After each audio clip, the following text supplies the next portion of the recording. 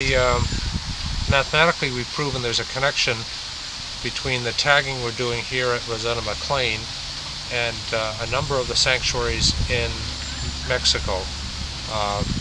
And that's because our recovery rate, we know for every, we get a recovery rate of about 2% of the monarchs that we tag here are recovered in Mexico. So the tag is actually found in Mexico.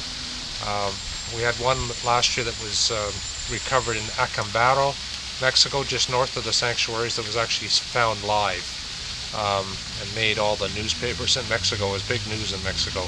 But most of them are recovered on the ground, and most of the time the monarch is dead.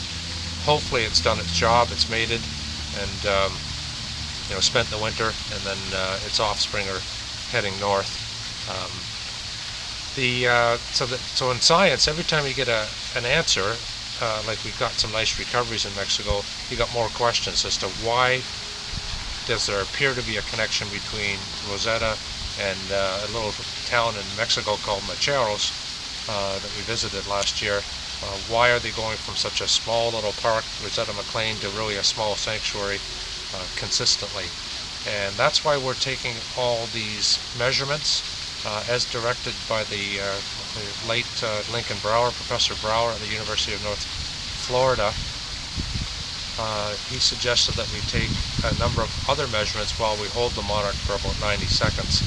So not just the work that we're doing for Monarch Watch, but in addition we're measuring temperature, we're measuring weight, we're measuring wing length, all in an effort to see is one of those data points going to unveil to us or reveal to us what the connection may be between here and Monarch, Mexico. And we're hoping that one of those things does sort of pop out.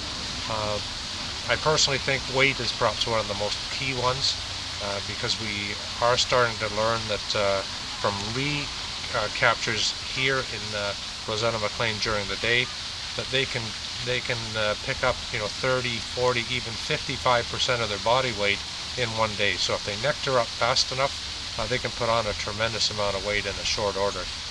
But we don't get many recaptures. We don't try to get them. They just happen if we capture the same butterfly twice. But that has happened in the last couple of weeks a number of times.